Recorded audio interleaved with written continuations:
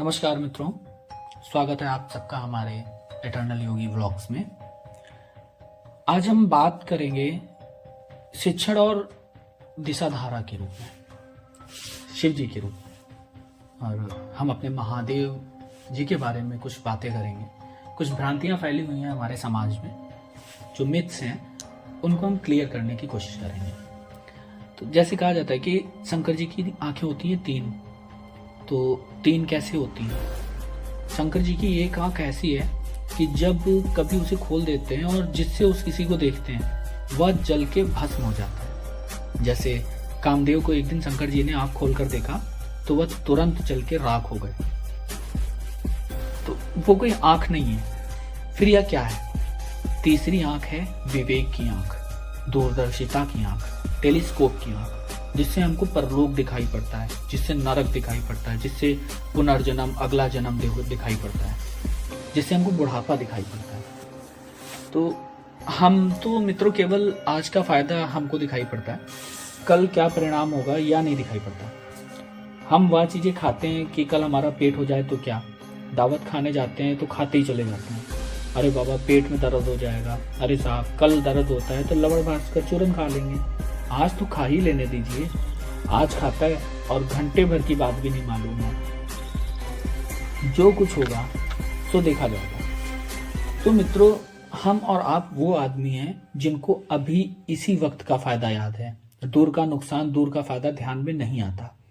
अगर यह हमको याद आया होता तो हमने अपनी जिंदगी का क्रम ऐसे बनाया होता कि हमारा वर्तमान जीवन, बुढ़ापे का जीवन, भावी जीवन, मरने के बाद का जीवन शानदार बना होता।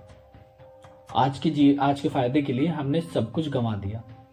हमारी वह तीसरी आंख, जिसको हम टेलीस्कोप कह सकते हैं, जिससे हमको अपना भविष्य दिखाई पड़ता है। मित्रों, शंकर जी के पास थी आंख। जब कामदेव आया तो उन्होंने इस आंख को खोला। अच्छा, आप पधारे हैं। कुत्ता सूखी हड्डी चबाता है और अपने जबड़े में जख्म कर लेता है। जबड़े के जख्म से जो मुंह में खून टपकता है वह समझता है कि उसी का जायका आ रहा है, जो हड्डी वो चबा रहा है उसका जायका आ रहा है। ठीक है, कहिए। तो शंकर जी ने कहा, कहिए कामदेव साहब, आप सूखी हड्डी है ना? हाँ साहब। और हम लोग कुत्ते हैं ना? हाँ। देखिए, हम अपनी जवानी, अपना शौर्य, अपना तेज, अपना ओजस बारूद के तरीके से और फुलझड़ी के तरीके से सब जलाते हैं और यह समझते हैं कि ना जाने हमने क्या कमा लिया और क्या फायदा उठा लिया। मित्रों, यह काम वासना का स्वरूप शंकर जी की समझ में आया और उन्होंने काम वासना को मारकर भगा दिया, कामदेव को जला दिया। विवेक अगर हमारे पास आए तो हम असंख्य बुराइयों, असंख्य दुर्बलताओं, कमजोरियों को सहज ही मारकर भगा सकते हैं।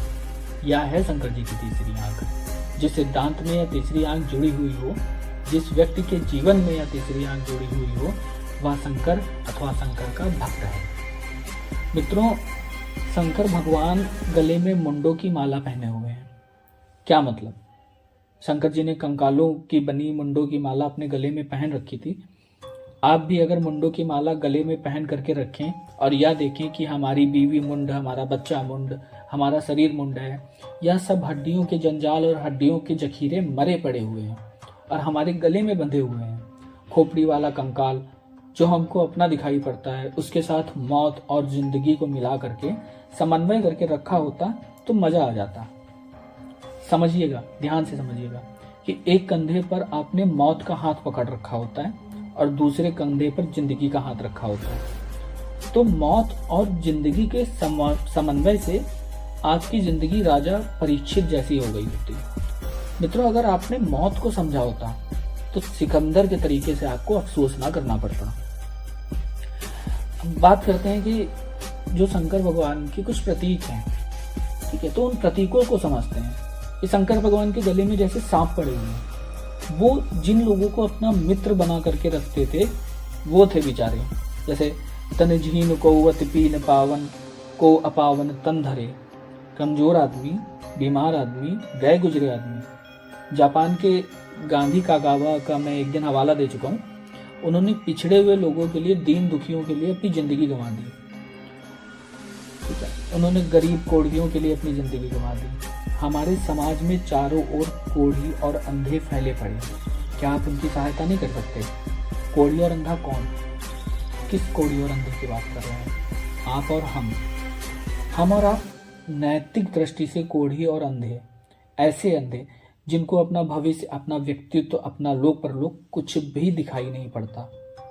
इन अंधों को, कोढ़ियों को, शराबियों को, पिछड़ों को, पापियों को सहायता की जरूरत है, जो हमें करनी चाहिए। नहीं साहब, शंकर जी की भक्ति करते हैं, बड़ी भक्ति करते हैं। 3 घड़ों में सुराख करके पानी भरकर तिपाई पे रख देता है। सावन के महीने में शंकर जी के सिर पर सारे दिन टप टप पानी टपकता रहता है। शंकर जी को जुकाम हो गया, मलेरिया हो गया, बुखार आ गया, पानी में नहाते नहाते, तब कोई शंकर जी को आग के फूल लेके आ रहा है कि ये लीजिए आग के फूल खा लीजिए, ये धतूरे के फल खा लीजिए। आपने महादेव जी को धतूरे के फल खिला दिए और उन्हें ज्यादा बुखार आ गया, तब वे बीमार पड़ गए और चेले ने उनकी झोली में जो कुछ माल था सब निकाल लिया। शंकर जी की झोली में बिहार गवर्नमेंट की लॉटरी के नंबर और गुजरात गवर्नमेंट की लॉटरी के टिकट के नंबर रखे थे। वे सब नंबर चुरा ले गया और शंकर भगवान ताकते रह गए। जालिम और जाहिल कहेंगे, यही है तेरी शंकर जी की भक्ति। इन्हीं बेकार की बातों को, बेवकूफ़ी की बातों को लोग समझते हैं कि हम भगवान की भक्ति करते हैं, पूजा करते हैं। कहाँ है यह भक्ति और पूजा? मित्रों, भक्ति वह हो सकती है जिसमें कि हम मोहब्बत, प्यार, हम प्रेम, अपने चरित्र और अपने व्यक्तित्व द्वारा समाज को श्रेष्ठ और उपयोगी बनाते हैं। इससे कम में कोई भक्ति नहीं हो सकती और ज़्यादा भक्ति की कोई जरूरत भी नहीं है। शंकर जी की उपासना का स्वरूप मैंने बताया। अगर आप उनके भक्त हैं तो अपने गुण, कर्म और स्वभाव का परिष्कार करके अपने जीवन में समन्वित कीजिए, मशक्कत कीजिए, अपने आप से लड़ाई कीजिए, अपने आप को तपाइए, भूखा मारिए, अपने आप को अनुशासन में रखिए। ऐसा करेंगे तो मैं आपको शंकर जी का भक्त कह सकता हूं। मैंने अक्सर कई बार देखा है कि लोग गांजा पीते हैं, चरस पीते हैं, चिलम मारते हैं और बोलते हैं कि ये तो महादेव जी का प्रसाद है। क्या पागलों वाली बातें करते हैं आप लोग? महादेव जी का प्रसाद और ये तामसिक चीज है, कैसे हो सकती है? शंकर भगवान ने हलाहल रखा था अपने गले में। जब समुद्र मंथन में विष रखकर निकला था तो शंकर भगवान ने उसको अपने गले में, अपने कंठ में रोक लिया था। समस्त विष को अपने कंठ में रोक लिया था। भाई साहब, आप एक घूंट पानी रोक के दिखाइए अपने गले में, नहीं रोक सकते। उनका नाम इसीलिए नीलकंठ पड़ा था। तो अब अगर आप समाज की बुराइयों को पीने का, या समाज में जो भी विष फैला हुआ है उसको अगर पीने का अगर आपके अंदर साहस है, तब आप कह सकते हैं कि हाँ, ये शंकर जी का प्रसाद है। लेकिन इन अपनी आंतरिक सुखों के लिए, अपने मन के सुखों के लिए अगर आप कह रहे हैं कि ये मैं शंकर जी की भक्ति कर रहा हूँ, ये शंकर जी का प्रसाद है, इसको ग्रहण करने में क्या दिक्कत है? आप शिवरात्रि में भांग पी रहे हैं, नाच रहे हैं, नशे में हो रहे हैं। ऐसा हमारे शंकर जी का स्वरूप नहीं है। बहुत ही शांत है। वो समाधि में चले जाते हैं तो बरसों नहीं निकलते हैं।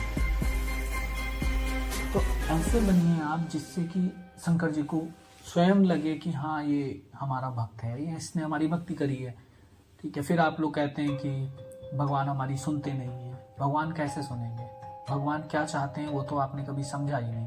आप उनको अपने मन से सब कुछ देते चले जा रहे हैं। उनको वो नहीं चाहिए जो आप दे रहे हैं।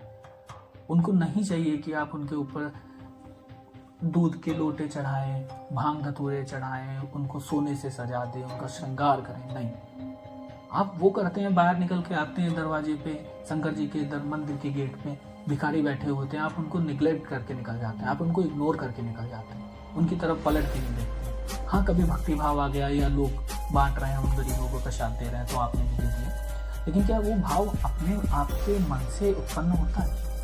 क्या वही गरीब जब आपको रोड पे कहीं दिखाई पड़ते हैं या कोई असहाय इंसान आपको रोड पे दिखाई पड़ता है तो आप उनकी सहायता कर पाते हैं? नहीं, आप बस दिखावा करते हैं। तो अपने मन को, भावों को पवित्र कीजिए और शिव का स्वरूप जानने की कोशिश करिए, तभी हम उनकी भक्ति कर सकते हैं। आज की वीडियो में बस इतना ही। आगे मिलते हैं एक नए टॉपिक के साथ में। जय श्री कृष्णा। हर हर